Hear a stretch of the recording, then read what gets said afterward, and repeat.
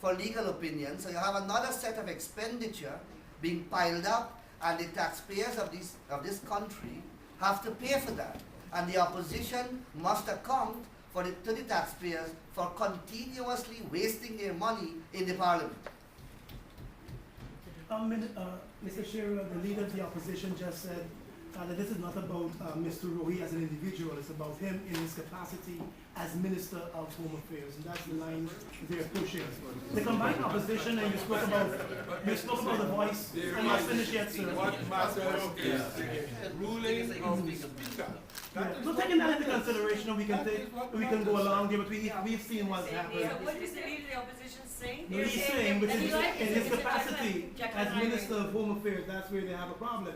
So he could be reappointed to some other ministry. Yeah, my question is, if I'm allowed to have a question. I'll try to be the speaker. Protect you. Ask My your question. Mr. Shearer, the opposition in this new dispensation represents the majority of voters, 51% in terms of the seating of there. So do you think when they come with this no confidence motion, that they're representing the 51% who believe that Minister Rohi ought not be in that particular ministry? 49.95. I just want to ask you a question. I just want to ask you a question. I'm not answering questions. No. The press has to be, you are accountable too, sir. All of you are accountable. The media support that state is accountable too. And that is the issue.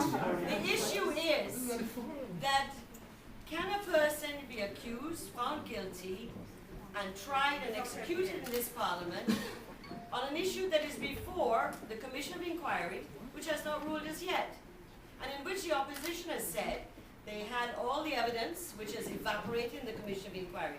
The genesis for the motion has evaporated. And all this is about saving face, because their findings in the Commission of Inquiry have embarrassed them terribly. So you're saying to us on the government side, or any Guyanese actually, that someone could come and attack you, accuse you of all sorts of things, and despite being able to show that you're not guilty, you're still guilty, so you must remove yourself, you must be executed. This is a fundamental issue that we're talking about, the issue of due process. The issue of due process. And therefore, if they're so concerned, the Commission of Inquiry will come in February. And if the Commission of Inquiry rules against Minister Rohi, which is what the terms of reference of the Commission is to inquire into, what was the Minister's role, then the government will act accordingly in its best wisdom. And the President is committed to that. But until so, you can't try a man and hang him and decide that he isn't even allowed to speak. These are violations, gross violations of our human rights in this country. The operations of the Ghana Parliament, are tied to some Commission of Inquiry? Is that what you're saying? No, but let me go back. But you see, the Commission of Inquiry was agreed to by the APNU, the AFC, and the PPC. It was agreed to. Are there any other questions from anyone else, please? Opposition is It saying can't talk to two sides in its mouth. But It can't talk to two sides the in its mouth. bottom line is, whether you're majority or minority, the constitution, the laws and the standing orders have to prevail, they have to be obeyed. It has to do with minority or majority. Gordon, we don't want one person. Anyone else? Is there anyone else? Yeah, you can speak here. Any comment? Anyone else? Gordon, please. Gordon, this press conference should not be dominated by one person. Is there any?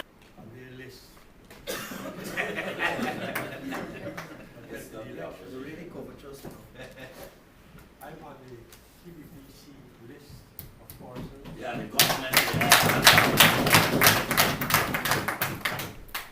So any decision with respect to my future in Parliament or in my capacity as Minister of Home Affairs rests with the lead of that list. I have made myself available to serve the people of Ghana for fear or favor, affection or favor. And that is precisely what I'm doing. Insofar as the charge that is being made about my ability to function as Minister of Home Affairs, I doubt whether either Mr. Granger examined are in a position to assess them. They're not a member of the cabinet, they're not in the government, and it's only my colleagues who work and sit with them who are in the best position to judge them.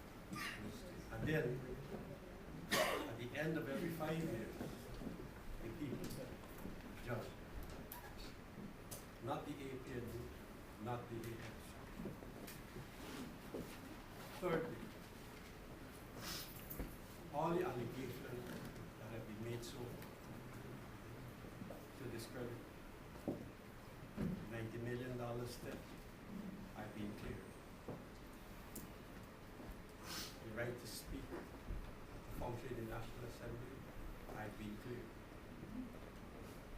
And I'm very optimistic